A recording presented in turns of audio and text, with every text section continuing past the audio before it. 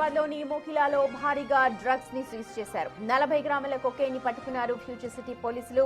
Railway శాఖలో superintendent గా పనిచేస్తోన్న డ్రగ్ పెడ్లర్ డ్రగ్స్ విక్రయిస్తుండగా రెడ్ హ్యాండెడ్ గా పట్టుకున్నారు. బెంగళూరు, గోవా నుంచి డ్రగ్స్ హైదరాబాద్ కు స్మగ్లింగ్ చేస్తూ ఉన్నారు. కార్లో డ్రగ్స్ తీసుకొచ్చి హైదరాబాద్ లో విక్రయిస్తున్నారు.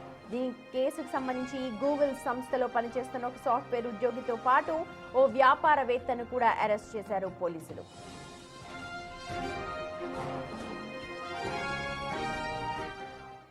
రైట్, మా ప్రతినిధి సాగర్ లైవ్ లో జాయిన్ అవుతున్నారు. సాగర్, ఫ్యూచర్ సిటీలో కూడా ముగ్గురిని అరెస్ట్ చేశారు ప్రస్తుతం పోలీసులు. ఒకసారి డీటెయిల్స్ చెప్పండి. అండ్ పోలీసులు ఇంకా ఎలాగ నిఘా పెంచబోతున్నారు?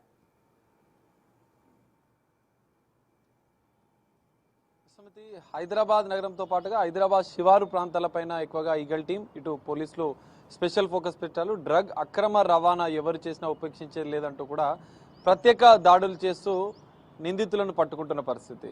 ఇప్పటికే మొయినాబాద్ ఫామ్ హౌస్ డ్రగ్ కేసులో పోలీసులు సిట్ ఏర్పాటు చేయడం పోలీస్ శాఖ ప్రభుత్వం సీరియస్గా తీసుకొని దర్యాప్తు చేస్తున్న తరుణంలో మోకిలాలో తాజాగా 40 గ్రాముల కొకైన్ ఏకంగా ఒక రైల్వే సూపరింటెండెంట్ ఉద్యోగి ఈ డ్రగ్స్ ను సరఫరా చేస్తున్నట్లు కూడా ఫ్యూచర్ సిటీ పోలీసులు సోదాలు చేసిన సందర్భంగా గుర్తించారు.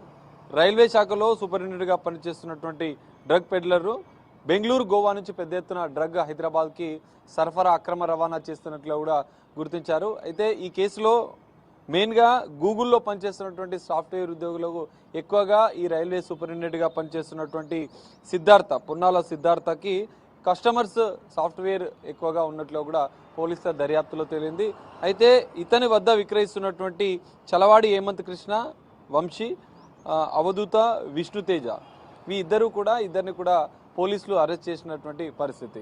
అయితే ఇందులో ఈ ఇద్దరు కస్టమర్స్తో పాటుగా ఇంకా ఈ రైల్వే సూపరింటెండెంట్గా పనిచేస్తున్నటువంటి సిద్ధార్థకు ఎంతమంది కస్టమర్స్ ఉన్నారు, ఎవరెవరికి విక్రయిస్తున్నారు, తనే నేరుగా డ్రగ్ పెడ్లర్గా మారాడా, ఇంకా గతంలో ఎవరెవరికి విక్రయించాడన్న కోణంలో ఇంకా పోలీసుల దర్యాప్తు కొనసాగుతుంది. ప్రధానంగా బెంగళూరు, గోవా నుంచి కూడా ఎక్కువగా డ్రగ్స్ అక్రమంగా తరలిస్తున్న నేపథ్యంలో అక్కడ ఉన్నటువంటి డ్రగ్ పెడ్లర్లతో ఇతనికి సిద్ధార్థకు ఎలాంటి సంబంధాలు ఉన్నాయన్న కోణంలో ఇంకా పోలీసుల దర్యాప్తు కొనసాగుతుంది.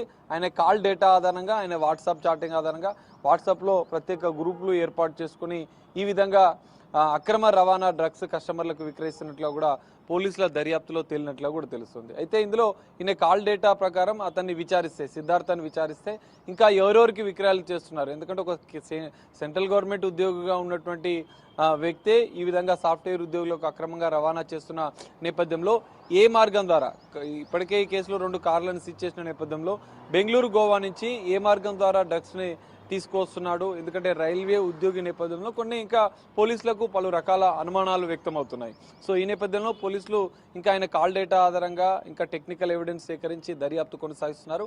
కస్టమర్స్ ఎంతమంది ఉన్నారు, తనతో రెగ్యులర్గా టచ్లో ఉండేటువంటి వారు వేరు, ఇంకా డ్రగ్ పార్టీలకు ఏమైనా సిద్ధార్థ డ్రగ్ సప్లై చేస్తున్నారా లేదా ఎక్కడి నుంచి ఇంకా ఇవన్నీ కూడా కొనుగోలు చేస్తున్నాడు, బెంగళూరు, గోవా నుంచి కూడా డ్రగ్ పెడ్లర్లతో ఉన్నటువంటి సంబంధాలు ఏంటి, హైదరాబాద్లో ఇంకా ఎవరెవరికి సరఫరా చేస్తున్నాడు, ఈ 2 కోణాల్లో ఇంకా ఫ్యూచర్ సిటీ పోలీసుల దర్యాప్తు కొనసాగుతుంది. దర్యాప్తులో డ్రగ్ పెడ్లర్లతో ఉన్నటువంటి సంబంధాల వివరాలు, ఇటు ఎంతమంది కస్టమర్స్ ఉన్నటువంటి వివరాలు కూడా దర్యాప్తు చేస్తే విచారణలో బయటపడే అవకాశాలు అయితే కనిపిస్తున్నాయి. Right Sagar, thank you.